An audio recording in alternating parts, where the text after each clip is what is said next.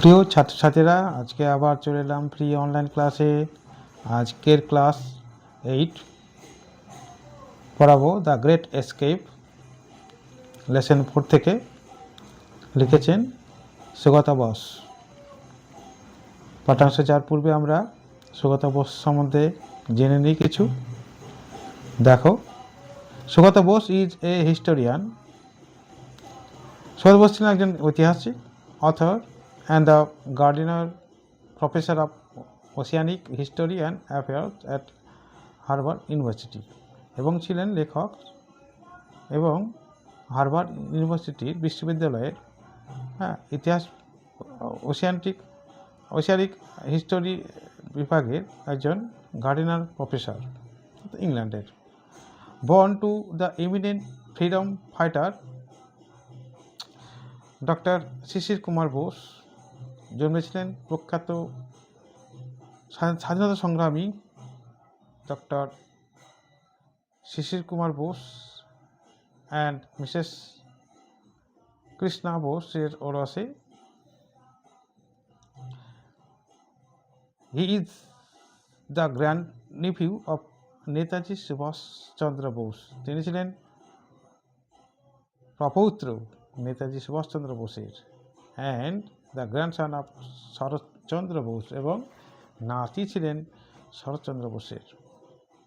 In 2011 সালে Bose published his majesty's opponent.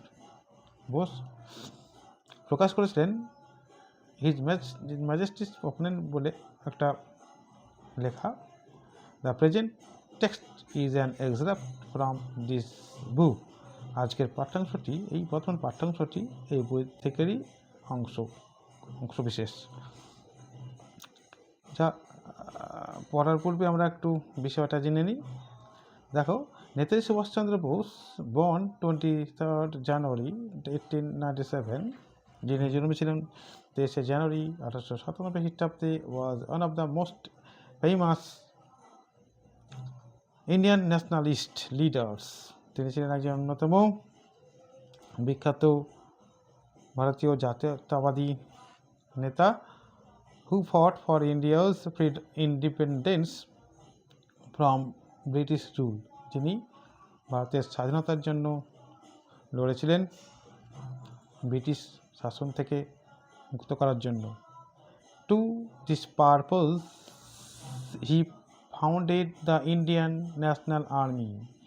এই উদ্দেশ্যে তিনি প্রতিষ্ঠা করেছিলেন ভারতীয় জাতীয় সৈন্যবাহিনী, সংক্ষেপে INA, which included যার মধ্যে অন্তর্ভুক্ত ছিল একটা ওমেন্স রেজিমেন্ট টু, তার মধ্যে একটা মহিলাদের সৈন্যবাহিনীও ছিল। ইন 1941, 1941 খ্রিস্টাব্দে দ্য ব্রিটিশ গভর্নমেন্ট, ব্রিটিশ সরকার, put Subhash under house arrest. 1941 খ্রিস্টাব্দে ব্রিটিশ সরকার এই সুভাষকে গৃহবন্দী রাখে। That is confined him in his own house, যেটা হচ্ছে তার নিজের বাড়িতেই আটকে রাখা। দ্য ফলোয়িং ন্যারেটিভ, এই নিম্নলিখিত বর্ণনাটি বর্ণনা করছে the exciting and courageous escape of Subhash Bose from the clutches of the British to continue his struggle for India's freedom. বর্তমান এই বর্ণনাটি বর্ণনা করছে সেই এক্সাইটিং, মজাকর এবং সাহসিক পলায়নকার সুভাষচন্দ্র বোসের, কোথা থেকে? ব্রিটিশদের মুষ্টি থেকে। Two continue his struggle for India's freedom, ভারতের স্বাধীনতার আন্দোলনকে চালিয়ে নিয়ে যাওয়ার উদ্দেশ্যে। দেখো, পড়া শুরু হচ্ছে। লুকিং পেল অ্যান্ড থিন, ফ্যাকাশে এবং পাতলা দেখতে। পেল মানে বিবর্ণ, ফ্যাকাশে, থিন পাতলা, লুকিং দেখতে ফ্যাকাশে এবং পাতলা অবস্থায়, উইথ এ বুজি হাফ গ্রোন বিয়ার্ড, সে সঙ্গে অল্প স্বল্প বুঝি ঝোপালো, খোঁচা অর্ধ বেরোনো দাড়ি নিয়ে সুভাষ ওয়াজ রিক্লাইনিং, সুভাষ হেলান দিয়ে শুয়েছিল অন হিজ পিলাউস, কোথায়, তার বালিশে। হোয়েন শিশির হিজ নেফিউ, যখন শিশির তার ভাইপো এন্টার প্রবেশ করলো সুভাষের বেডরুম, সুভাষের শোবার ঘরে, দ্যাট ডিসেম্বর, সেই ডিসেম্বরে আফটারনুন, বিকালবেলায়, Subhas made him sit to his right on the bed, Subhas তাকে তার বিছানার ডান দিকে বসতে বলল। লুকিং ইন্টেন্সলি মানে গভীরভাবে তাকিয়ে এক শিশিরের দিকে তাকিয়ে, হি সেড, তিনি বললেন, can you do some work for me, তুমি কি আমার জন্যে কিছু কাজ করে দিতে পারবে? শিশির নড়ে, শিশির মাথা নাড়ল। পরের অংশ, দ্য টাস্ক, কাজটি, অ্যাজ ইট টার্ন আউট, যেটা সম্পাদন করতে হতো, was to help plan and carry out Subhas's escape from India. হ্যাঁ, সেটা ছিল সুভাষের প্ল্যানে সাহায্য করা এবং সুভাষকে পলায়নে কাজটি সম্পাদন করা ফ্রম ইন্ডিয়ায়, ভারতবর্ষ থেকে। Sisir would have to drive his uncle, শিশিরকে তার কাকাকে গাড়ি চালিয়ে নিয়ে যেতে হবে, in the dead of the night, গভীর রাত্রি, টু এ রেলওয়ে স্টেশন, একটা রেলওয়ে স্টেশনের দিকে, far away from Calcutta, Kolkata থেকে বেশ দূরে, কিছু দূরে, from his uncle's residence at Elgin road,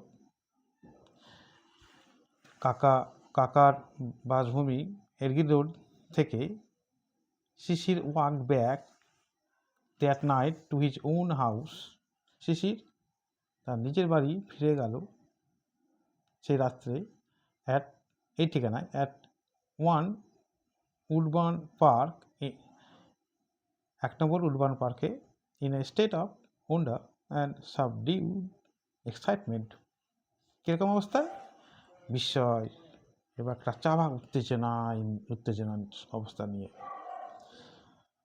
The police were keeping watch on সুভাষের হাউস, পুলিশরা সুভাষের বাড়ির দিকে লক্ষ্য রাখছিল। Though it was normal for a nephew to visit an ailing uncle, যদিও এটা স্বাভাবিক ছিল একটা ভাইপোর পক্ষে তার অসুস্থ কাকাকে দেখতে যাওয়াটা, এলিং মানে অসুস্থ। Subhash had an additional excuse, তবুও সুভাষের একটা অতিরিক্ত বাহানা ছিল, ফর মিটিং হিজ নিফিউ, তার ভাইপোকে দেখা করার। Sisir was good at operating the radio, Sisir খুব দক্ষ ছিল রেডিও চালানোর ব্যাপারে, রেডিও যে সব চ্যানেলগুলো ধরার ব্যাপারে। He helped Subhas listen to foreign broadcasts, দেখো, সে সুভাষকে সাহায্য করত বিদেশি বেতার বার্তা শোনার ক্ষেত্রে। Subhash and Sisir discussed various means of escape, Subhash এবং শিশির আলোচনা করল পালানোর বিভিন্ন উপায় সম্বন্ধে। ফাইনালি, অবশেষে, দে ডিসাইডেড, তারা স্থির করলো, টু ড্রাইভ আউট, গাড়ি চালিয়ে বেরিয়ে যাবে, in the most natural fashion, একেবারে স্বাভাবিক পদ্ধতিতে, স্বাভাবিক ধাঁচে, fashion, through the main gate, প্রধান ফটক দিয়ে। শিশির ওন্ড এ জার্মান কার, শিশিরের একটা জার্মানি গাড়ি ছিল, কল দ্য ওয়ান্ডারার, যার নাম ছিল wanderer, which he and Subhash choose for their journey, যেটা সে এবং সুভাষ সেই যাত্রার জন্য বেছে নিয়েছিল। আজকে এই অবধি হলো, তারপরের অংশ তার পরের দিন হবে। তোমরা লক্ষ্য রেখো, যদি ভালো লাগে তাহলে অবশ্যই সাবস্ক্রাইব করবে। এখানেই শেষ করলাম।